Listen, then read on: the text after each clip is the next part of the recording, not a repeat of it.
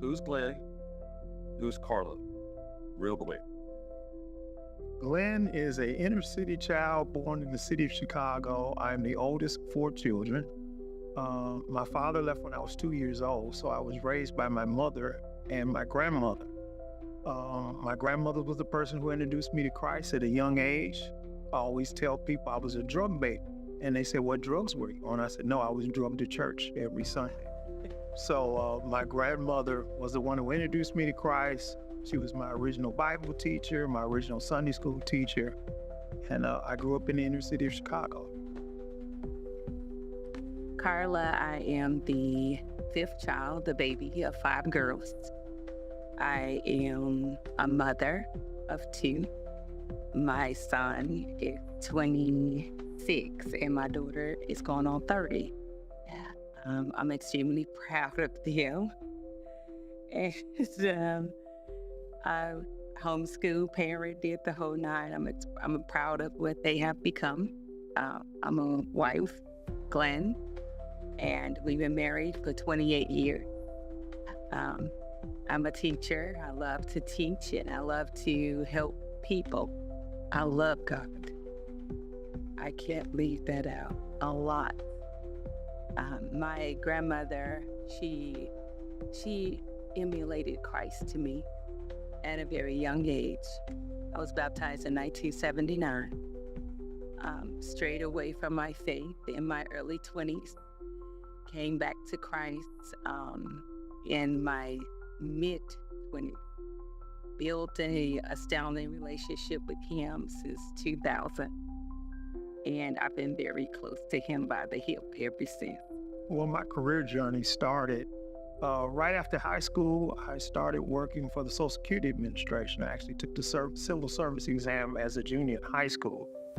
I walked across the stage in June of 1981 and got a letter from the government saying, "Hey, we got a job for you," to start 2 months later.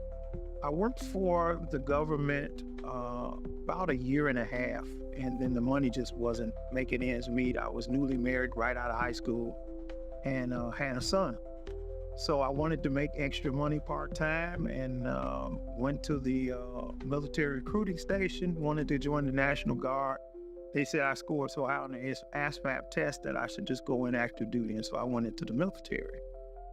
From 84 to 87, I served as a U.S. Army infantry soldier. Out of all the jobs they asked me to serve, I wanted to be like John Wayne. I wanted to pull grenades with my teeth, so I became an infantry soldier. In 1985 is when I really saw God work in my life. I fell off a cliff 5 stories. I was in the hospital for 3 months. They told me by the time I reached 22, I wouldn't be walking, but I had a praying grandmother. My grandmother prayed for me, and as you can see, I'm still walking. I still have my aches and pains, but I have another friend who fell 1 story, broke his neck and passed away. I fell 5 stories and don't remember hitting the ground. From there, I was released from the military. I went home, finally got a chance to meet my father, who called me when he was dying of lung cancer. Had 30 days to live. The military allowed me to go home on leave to be with him, and he lived for 6 months. Right after that, I thought I was going back to my duty station at Fort Ord, and I was medically discharged with an honorable discharge because of my injuries. So now I was back in Chicago, didn't know what I was going to do. All my furniture stuff was there. The military shipped it back. I went from there, I got a job with the Postal Service. Worked with the Postal Service for 18 months and went into financial services. Worked for financial services 15 and a half years. During that time, God called me in the ministry. I planted a church in Chicago, Illinois in 2002, pastored until 2016, where God told me it was time to move on. He wanted me to do something on a broader scale. I moved to San Diego, California. Thought I was going to be working with a group of churches as a missions pastor. When I got there, I found out there was no space for me on the staff. I wasn't told that until I got all the way there, which was all right. 2 days later, I got a phone call from Saddleback Church and Pastor Rick Warren. And I had been a trainer for Purpose Driven for years, and they had created this new coaching program that they wanted me to be part of. So I was the regional director for California, Arizona, and Nevada, which happened to be 2/3 of the churches that was working with Purpose Driven. From there, I went to help plant churches through the Peace Plan in the country of Uganda, Africa. My wife and I went there for 12 days and started the process with about 3,600 pastors. We got back and we found out that Hurricane Harvey had happened here in Houston. We were just watching CNN. We thought some people just walking in the street. Saw a lady with a baby, and I saw the sign, Highway 10. And I looked at my wife, she looked at me, and we started crying and said, hey, we got to do something. So as soon as the airports opened up, we flew here to Houston. There was 2 churches we were working with. We got a phone call from Saddleback saying, hey, look, we want to send truckloads of supplies. Would you do the logistical work for us? And so we were the boots on the ground for them all during that process. One of the pastors that we were working with here in Houston asked, would I be interested in moving to Houston? And I asked him, had he ever been to San Diego? He told me no. And I said, well, that's why you would ask me something like that. And I told him, no, I wasn't interested. He said, just pray about it. And I got back on the airplane and told my wife, I don't bother God with stuff I don't want to do. And so for 4 months, he called me and asked me, hey, have you prayed about it? Have you prayed about it? And finally, my wife asked me to pray. And when we began to pray, my phone rang, and it was him. And he says, what are you doing? I says, I'm praying with my wife. And he says, you know, it's the weirdest thing. I was on my way into a staff meeting, and God says, stop in your tracks and call Bone. And I said, what did he tell you to call me for? He said, I don't know. He said, you need to call me right now. And as soon as he said that, Carla began to cry. And he says, what's wrong with your wife? I said, nothing, we got to move. And we knew then that we were moving to Houston. And we packed up, moved here to Houston. I served as an executive pastor of a church here in Houston for about 17 months. I knew my season was up there. And after that, I was like, okay, what to do next, God? And from there, my wife was watching Joel, and she says, God says we need to go to Lakewood. And I says, okay. I'd never been to Lakewood the whole time I was here. We got here, and my life changed from the point I was here. And we have been here almost 2 years now.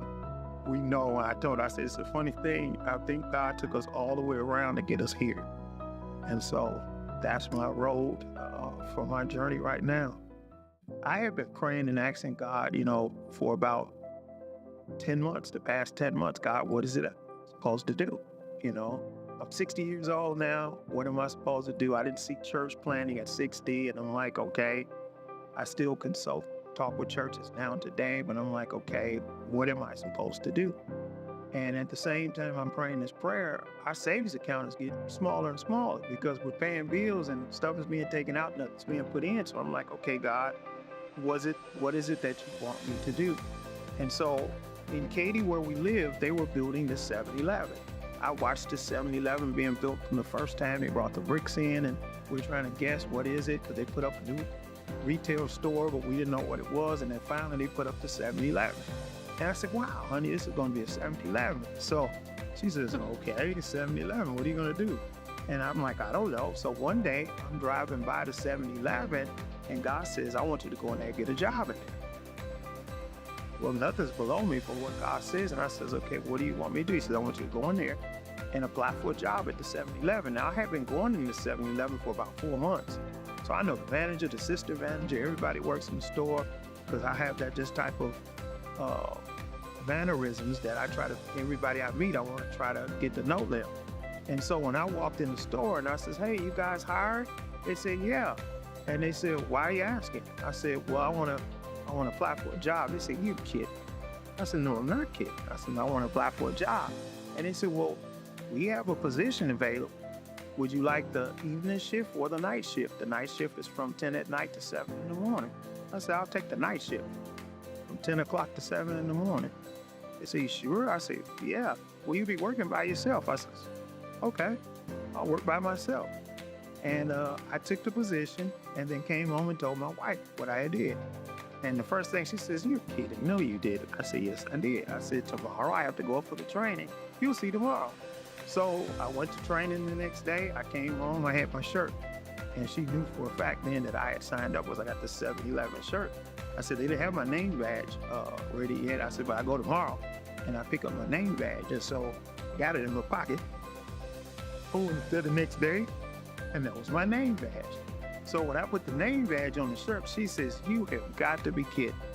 you went and took a job at 7-Eleven? I says, it wasn't me. God told me he wanted me to work at the 7-Eleven. And I started the process of working at 7-Eleven. What was your reaction to that when he told you that? What did you think? I said that way. I said it to his face. I said, are you sure God told you that? And he said, yeah, I'm positive. Then I yelled at him and said, impossible. There's no way God told you that. You've been planting churches, you've been recognized regionally, nationally, internationally. You have so much talent. I said, are you the general manager? He said, no. The manager? He said, no. I said, so what is your title? What do you do there? He said, I stock, and I'm the sales associate. And I said, what do they pay? He said, minimum wage. I said, and God told you to do that? He said, yeah, he did. I said, I hope he did, because I'm going to go ask him. And he said, go ahead. I wouldn't make this up, I promise. And I still thought it was a prank. He's a jokester, by nature. So I thought he was pranking me at the time. And he went out for work one night. I got in the car and I drove up there. And I hid around the corner. I wanted to see if he was actually doing this. And I walked in, and I finally walked in, and I just looked at him and I laughed. And he was like, laughing at? And I was like, you for real? He said, I am. So the next night, I tipped out the house and I parked the car. And I glanced through the window, and he had his earpods on, and he's mopping the floor. And he's having a good old time. And I'm watching him, and I'm like, and I'm in the car, and I'm pleading with God, Lord, did you do this? And did we come all the way to Texas to do this? I'm thinking, we could have did this in Chicago. Like, are you kidding? And what I saw isn't what I saw. What I saw that I thought was funny was really Glenn humbling himself that no job was too small for him. And then I cried my eyeballs out because I thought I wouldn't have did that. And then I thought, wow, I got some real big lessons to learn and some big shoes to fill. Because I just thought with his talent and his infectious personality and his ingrained nature of loving people, surely God wouldn't be calling you to work at 7-Eleven mopping the floor. Boy, was I wrong. I was wrong. And then we saw what God was up to.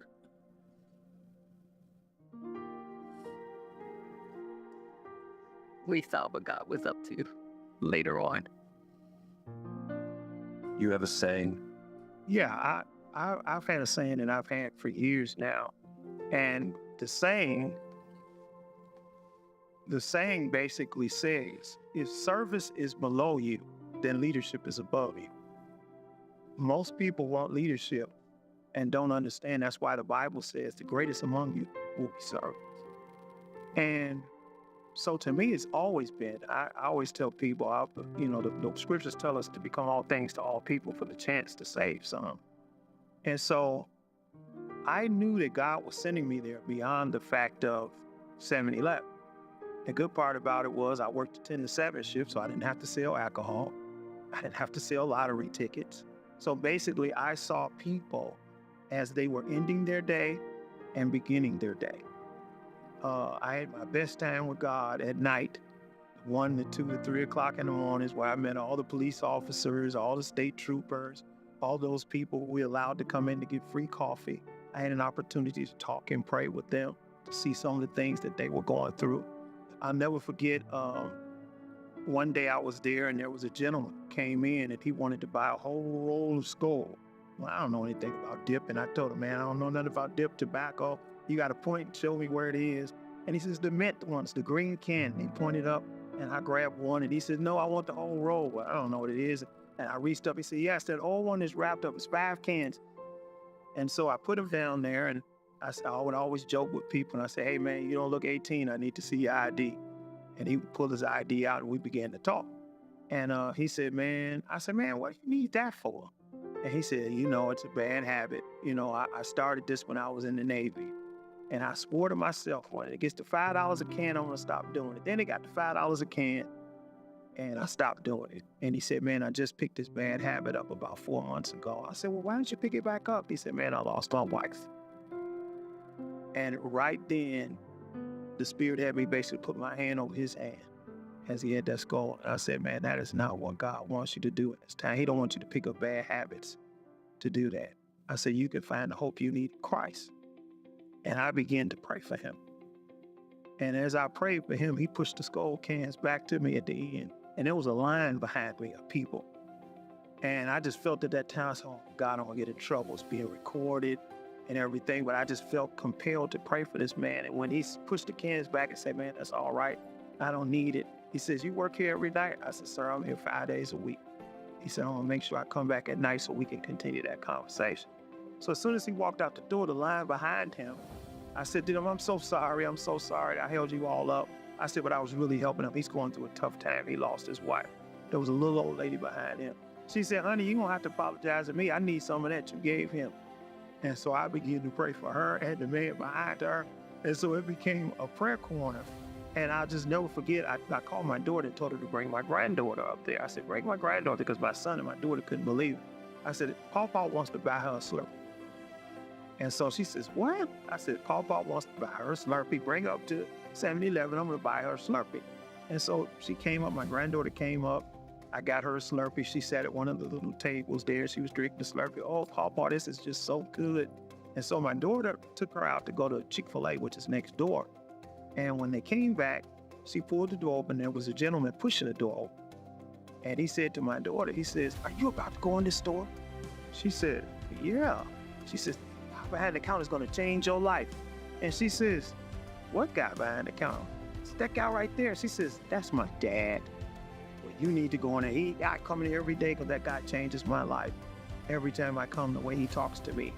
And so God had me to work there for about 3 months. And at the end of 3 months, he let me know it was time. And so when I told him, look, it was time, God says, this is my time. I'm done. All my employees, the people that were working with me, were in tears. I gave everybody my number. I said, listen, I live 2 blocks from here. If you guys need me, I'm here, and I'm going to be coming in the store all the time. But I realized that's what God was doing. So I went home. And I'm like, okay, God, you sent me there for 2 months. I did work you wanted me to do for almost 3 months. What am I supposed to do now? And so I was waiting for a phone call from a job, which I took the interview in November. They supposed to call me back in 2 weeks. We're now in January. In January, I had called twice. Hey, what happened? Oh, we should be calling you in a couple of weeks. Nothing happened. So February started. When February started, nothing happened. So I didn't call him anymore. I said, God, it's in your hands. I'm not chasing anybody for anything. And I began to get calls from friends and clients that I had over the years, 15, 20 years ago, telling me that they needed help with their retirement planning and everything else. And we're all in the same age bracket. And I said, man, I've been in the industry in 15 years. And so they began to tell me, hey, man, we need help. What can you do to help us? And that's when the Lord shared with me and says, that's it. I'm like, what's it? That's it. And so I said, well, I got to go back and get all my licensings and everything else done. I signed up for the class, scheduled the exam before Christmas, hadn't touched the books, hadn't studied. And I just felt like I'm not going to get online and take this test. I'm going to bomb this test. I haven't studied any of this stuff. I got this big old book. I've never touched it. I'm in a leadership program. I'm reading off my books. I haven't touched no books. And so it's Saturday morning. I'm like, but I don't want to waste my money. When I woke up that morning, I heard the Spirit of God tell me what I used to tell my kids. There is no question that a teacher can ask that God cannot answer. And I got up and got dressed and went in my office. And I had 2.5 hours to take the test. I finished it in 45 minutes. And all I had to do was to hit the last button to say finish, and then it circles and tells you what the test score is. I had to score 70. I scored 81. I'm running through the house, telling my wife, I passed. I passed. And she said, how you passed? You didn't study. I said, God passed. And so I got all of the license and everything back. Some of the first contracts I got paid me enough money that it paid off all of my debts. So I'm sitting here today basically saying all of my debts are paid off now. And that's not one. I've had two things that have happened that have basically cleared the way for me to do ministry. And that's what me and my wife have been praying. Lord, we want to do ministry. That's what we're called to do. I want to get back out in the street. I want to be able to help people. But I can't do it if my finances are suffering. And so that was our prayer. I wrote on the wall. When the first day we wrote on the wall, I wrote on the wall and said, God, help me to be in ministry, to develop ministry the way I want to in 2024. And I wrote 2 things on there. Within 2 weeks, the first one was done. Within another month, the second one was done. So we're just sitting here now saying, God, what do you want us to do? We're looking forward to going back to Uganda in September and everything else, because I always feel if you just wait on what God is telling you to do, that's the thing about it. That waiting period, that waiting season, there are different seasons in our lives, but what I tell people is that the hardest one is that waiting season. Because you want to do something. You just want something to happen. And I didn't learn God lives in Kairos. We live in Chronos. And so his time is different from mine. But I want to try to run and get things done. But I can hear Paul say, be anxious for nothing. God knows what he's doing, and surely he does. So it has just been a blessing to us. And it's like as soon as one came down, I'm like, okay, this is it. And then God says, nope, I got something else I'm going to do for you as well. So now we're literally just sitting here and saying, God, whatever you want us to do in ministry, we're open to do it, because I don't have to look over my shoulder no more and say, how's this bill going to be paid? How's this bill going to be paid? Because we just having the honor now to be able to write checks and tell people we owe you no more. Only call me to tell me happy birthday or Merry Christmas.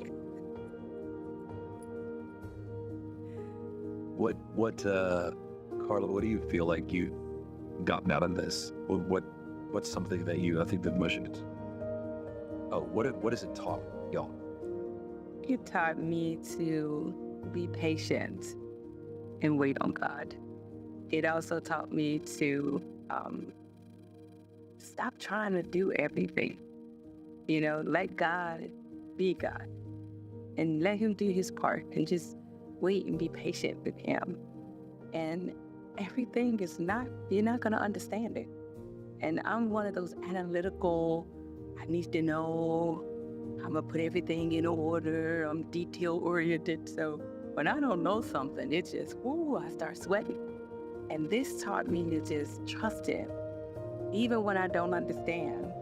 And the whole totality of our story, he moved us from Chicago to California. He didn't just say, I want you to move and then we'll figure out when you get there. He said, I need you to sell everything and dump it. I had inherited my grandmother's property. We had a commercial building. We had our home. He said, dump it. So I had a garage sale for 8 weeks every Saturday, because he said, sell it. And I was moving into a 2-bedroom apartment from a 14-room home. And most people would have said, oh no. And I didn't want to initially. I drug my feet, and that process was about 4 years of him telling us this and us actually doing it. But we dumped everything, and we went to California, and we get there only to find out that he couldn't be put on staff right away because he was in the middle of a building project, and they couldn't add staff because of the loan. So now we're thinking, uh-oh, did we miss God? Did we hear him? did you hear what I heard? We're questioning now. And then Saddleback called. So we're like, oh boy. So then we're thinking, okay, this is great. We had a great time with that until we came back to the States and Harvey hit. And then God said, okay, go to Texas. And then we're thinking, did you hit it? We're just wondering. And I'm like, move to Texas? And he said, yes. Texas wasn't on my life plan. I had never been. I was like, oh, it's hot. I said, Lord, no, really? So I drug my feet with that. And it took us about 5 months. And I just said, I just surrendered and said, okay, Father, you know. And then when we came here, then all of what happened when we got here, by that time, I was moved out, spent out, tired out. I was just out. I just so glad. I was like, what are we doing? We dumped everything. We moved everything. We uprooted everything. We left our families behind. We came to California where we only had a few people that we knew in ministry. And then here in Texas where we didn't know anyone. And I said, Glenn, are we really following him? Are you sure this is what he's saying? So I kept questioning. And every time I would question and question God, he said, of course I said it. And I kept saying, but why? I was like that little kid, but why? But why? And he would only give me one little step at a time. He wouldn't give me the whole story. And I like the story. He said, just follow me. And I did. Every little breadcrumb he put down, I just kept picking it up, confused, kind of scratching my head. And then when we hit a financial snafu, I just reminded him of what he said. I remember that prayer kind of went like, I used to pray real soft and diplomatic, oh, Father. But that prayer kind of went, Lord, you said you are not a God that you shall lie, nor the Son of Man that you shall repent. Will you not do that what you said? I need to bring your word back to you. And so that was a different kind of prayer. And he said, I haven't forgot about you at all. He said, you are right on time, right on target. You're exactly where I want you to be. I only came to Lakewood once to see Joyce Myers when we first moved here. I'm a huge, huge, huge fan of hers. And I used to follow her for years. And I came to see her that one time, but he wasn't here. I came with a group of people, and I had never been here before. And I was riding with someone, so I didn't know how to get here. And I just happened to we were at a snafu with our finances. We're crying out and praying to God. My 3 o'clock prayers was just filled with tears. And I came into my bedroom and he said, turn the TV on. The last station that was watched was something he was watching, which is sports. I turned the TV on and went straight to Joel Osteen. And I was about to turn the channel and he said, put it down. I put the remote down and I just sat in the chair and watched. He said, I need you to find that church and I need you to go there tomorrow. That was a Saturday. And I told my husband and he said, where is it? I said, I only went once. I don't even remember. I was riding with somebody. And we looked it up and he said, well, what time they service? And we looked it up and he said, let's go to the 8:30. I said, sound good to me. And we came here and it was obvious that we were being sent here. Didn't know why. And because we're thinking, Lord, this is huge. They don't need us. We was looking for the grassroots, let's roll our sleeves up type of ministry. And he said, I need you to sit there. I need you to heal. I'm like, heal? He said, this is a hope center. He said, and what Joel teaches is like jet view. He said, I need you to listen. I need you to open your heart. And we did. And I think we cried every Sunday for the first year. We were just crybabies in church, sit by us, and we just sitting there crying because He's in the water. everything that Joel says connects you right into where I am. And where we've been. Yeah, it just covers everything. Yeah. Where we are. And then it's just been a blessing from there to be in the leadership program and Lesson to Be at Freedom Ministry. We are so excited about that because that represented the type of ministry that we were involved with in Chicago. We were involved with a ministry in Chicago called The Bridge, which was a Tuesday night service in which we brought brothers and sisters who accepted Christ while in the penitentiary. So they were either released on parole or they were in a halfway house. And they were brought there where we would serve food to them, and they would be part of a service where they would hear 3 10-minute sermons from pastors from the community. And then we would open up our churches to let them know, hey, look, you guys can be involved with our churches as well. And we did that for about, 3.5 years, 4 years with them. And so many of those guys accepted Christ. We've had a bunch of them that were part of our church. So to be at Freedom was just a great thing for me because I think that's a missing element. I believe a lot of people that are even still sitting in churches today have accepted Christ. God has opened up the jail cell, but they haven't come out yet because they haven't forgiven themselves, even though Christ has forgiven them. And I think that's what this church offers. It's the fact of, we've all made mistakes, but when God opens the cell, he wants you to come out because you're free. And a lot of people, it's like being incarcerated. When you've lost time of society, it takes time to get yourself back to it. And I think that's the power that this church does. It brings hope to hopeless people.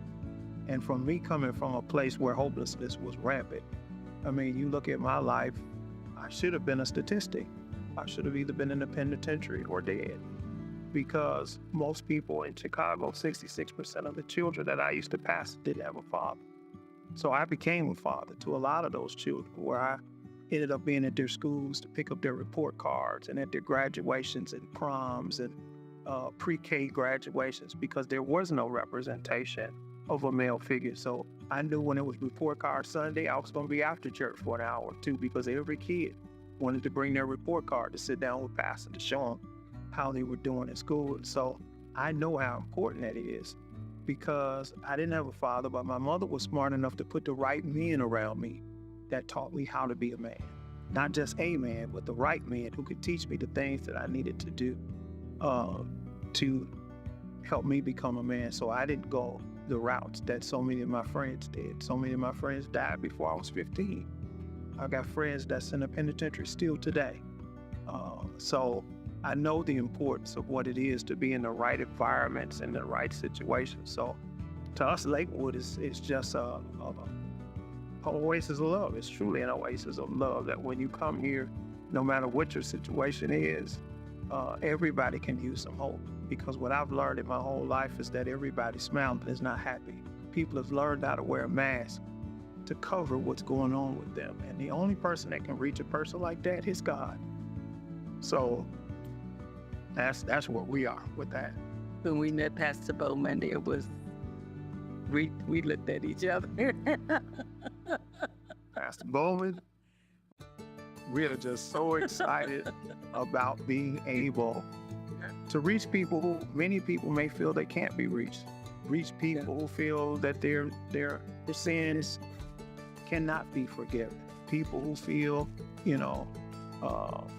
I've done that. But the one thing I always tell people is this: we're all ex-something. We all were held bound. So it's not a thing where yours is greater than mine. Sin doesn't have a grade. That's right. It's hot. And what I always tell people when they say, well, I did something worse for you, I say, here's something I want you to remember. In all areas of hell is hot. It's not one's cooler than the other. All of hell is hot. So it doesn't make a difference of what you did versus what I did or what you did. Hell is hot on all sides. And I think that when you bring hope back to people, then they can relate to God. And that's what we love about bringing people back to Christ, to understand he's not mad at you, he's mad about you. Right? Yeah. If somebody is on the fence about being obedient to God in something that sounds wild, what would you tell them? What I would tell them is this, keep your ears close to God's lips, because God does not scream, he whispers.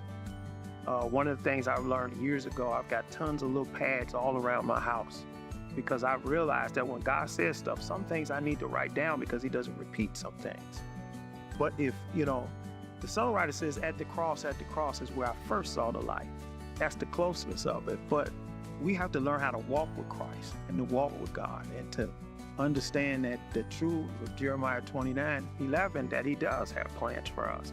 But those plans are not going to be what I write down. They're going to be his plans, his purposes that's going to be there. So I've got to be at a point that if I want to do God's will, I got to be willing to listen to what he says. And so, most of it won't make sense. I've had times where I've saved money for projects and he says, no, take that money and give it here. And I give it. And most people say, you're going to give? Yeah, I'm going to give because he said it. And God always does an exchange for something. I always know that when you are obedient, the two most important things to me in the Christian walk that I think most people overlook is obedience and trust. And if you can obey and trust God, see, a lot of people say they trust God. It's easy to trust God when things are going good. But the true test of God is when you can trust him when things don't make sense, when I don't understand. That's what God is looking for. That's what I call blind trust. My grandmother used to say to me, and I'm going to end it with this. My grandmother used to say to me this: it's better to have God and not need him than to need God and not have him.